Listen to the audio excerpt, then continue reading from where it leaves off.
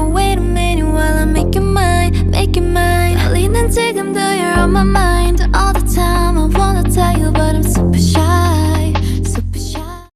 Assalamualaikum warahmatullahi wabarakatuh. Yang terhormat kepada Bapak Febrian Eko Saputra, SN, MSN, selaku dosen mata kuliah Manajemen Sumber Daya Manusia. Sebelumnya perkenalkan, saya Nisa Nuraini dengan MTN 22411016 dari kelas Manajemen 22A. Pada pertemuan kali ini saya akan membahas wawancara. Pengertian wawancara. Wawancara merupakan kegiatan tanya jawab antara pewawancara yang mengajukan pertanyaan dan orang yang memberikan jawaban dengan informasi yang dibutuhkan pewawancara.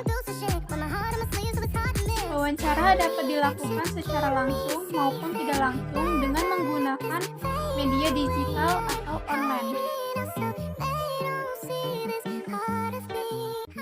Selanjutnya, unsur-unsur wawancara. Yang pertama, pewawancara.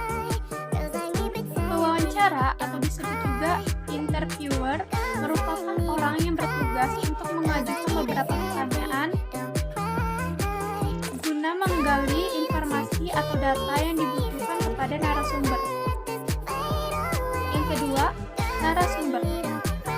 Narasumber atau interviewer merupakan orang yang dipercaya dapat memberikan informasi atau data dalam bentuk jawaban atas pertanyaan-pertanyaan yang diajukan oleh interviewer.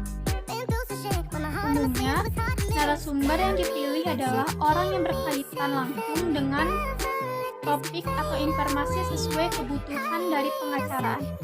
Pewawancara. 3. Topik. Topik merupakan inti pembahasan wawancara yang dilakukan. Topik diperlukan untuk menjadi inti bahasan mengenai informasi yang hendak dicari melalui pertanyaan dari interviewer. 4. Waktu dan tempat. Waktu merupakan keterangan seperti kapan wawancara dilakukan. Waktu menjadi hal penting dikarenakan seorang pewawancara perlu menentukan waktu yang tepat untuk menemui narasumber. Begitu pula, tempat juga menjadi unsur penting dalam wawancara untuk menentukan lokasi pertemuan antara pihak pewawancara dengan narasumber secara langsung. Selanjutnya adalah jenis-jenis wawancara. Yang pertama, wawancara terstruktur. Merupakan wawancara yang dimana pewawancara sudah menyusun beberapa pertanyaan yang akan diajukan kepada narasumber terlebih dahulu. Sehingga wawancara yang dilakukan lebih terarah dan terstruktur dengan jelas serta diajukan secara urut. Yang kedua adalah wawancara semi-struktur. Wawancara semi-struktur merupakan jenis wawancara yang dimana pewawancara telah menyusun beberapa pertanyaan yang akan diajukan kepada narasumber. Namun, yang membedakan adalah di sini pewawancara dapat mengajukan pertanyaan tersebut tidak secara urut atau acak mengikuti alur pembicaraan. Dan yang ketiga adalah wawancara tidak struktur. Berbeda dengan dua jenis wawancara sebelumnya, jenis wawancara tidak struktur ini dilakukan pewawancara secara spontanitas atau langsung dalam mengajukan pertanyaan kepada narasumber.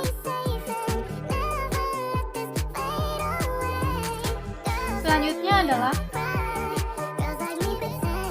tujuan wawancara. Mengumpulkan informasi langsung untuk menjelaskan fakta, situasi, dan kondisi tertentu.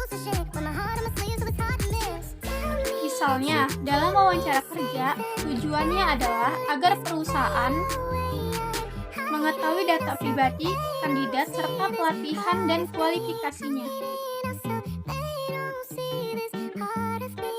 Yang kedua, mengumpulkan keterangan untuk melakukan penelitian atau penyelidikan ilmiah. Ketiga, mengumpulkan data yang berguna untuk mempengaruhi situasi atau orang tertentu. Research.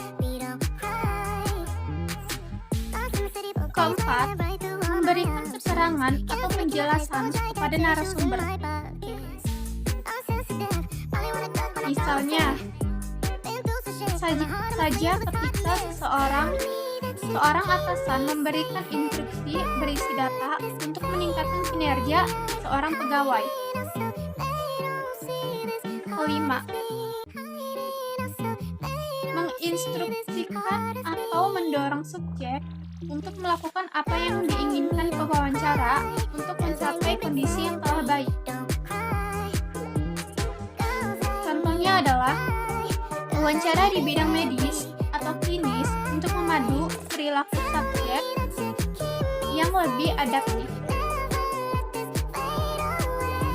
Keenam, memberikan dukungan dan bimbingan atau meningkatkan pemahaman mendalam tentang subjek tersebut.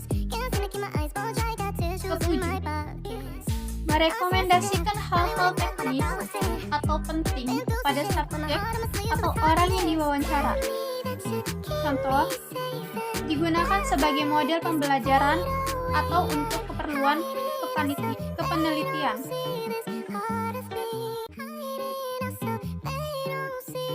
Selanjutnya adalah fungsi wawancara. Yang pertama, menghindari kesalahan informasi atau data yang simpang siur. Yang kedua, informasi atau data dari hasil wawancara merupakan pelengkap informasi awal. Yang ketiga, memperoleh informasi secara komprehensif, akurat, jujur, dan mendalam. Yang keempat, mendapatkan informasi dan data yang objektif serta berimbang. Yang kelima, menggali kemungkinan adanya perspektif baru atas suatu masalah.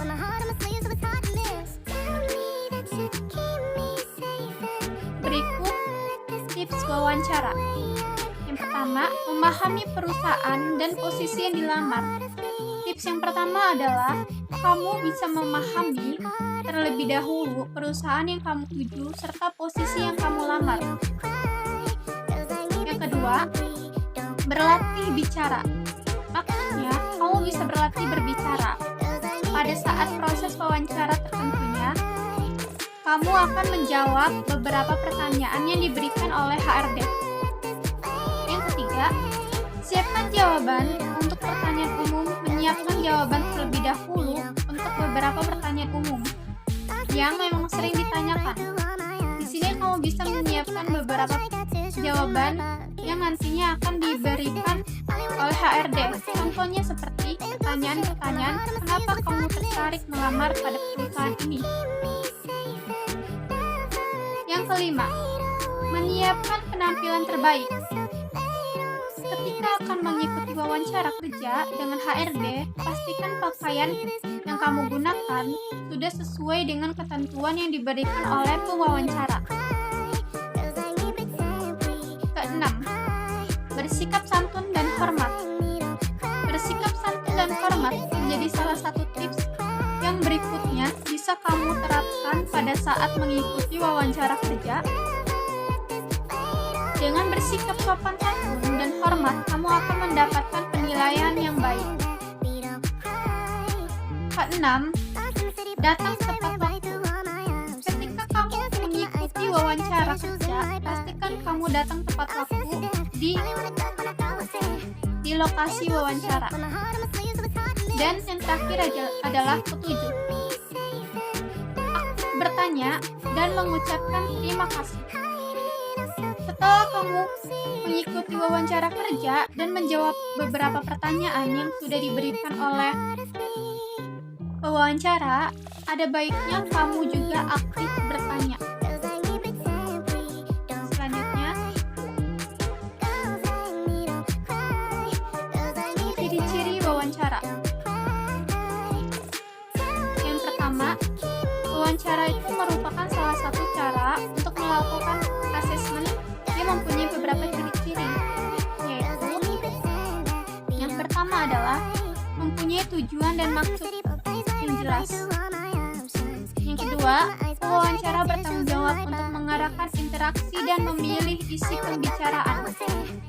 Yang ketiga, tidak ada pertanyaan yang bersifat timbal balik antara pewawancara dan klien. Keempat, perilaku pewawancara direncanakan dan diatur. 5. Biasanya pewawancara diharuskan menerima permintaan klien untuk suatu kegiatan wawancara walaupun dalam beberapa situasi seperti sekolah, rumah, ataupun kantor. Untuk hal-hal tertentu, anak dan orang tua diharuskan datang guna melakukan wawancara. Yang keenam, pewawancara disyaratkan untuk memberikan atensi yang berkesinambungan selama terjadi interaksi. Yang ketujuh, wawancara secara formal direncanakan dalam suatu pertemuan. Kedelapan, kenyataan dan perasaan yang tidak menyenangkan tidak perlu dihindari. Baik, terima kasih pada pemateri kali ini. Wassalamualaikum warahmatullahi wabarakatuh.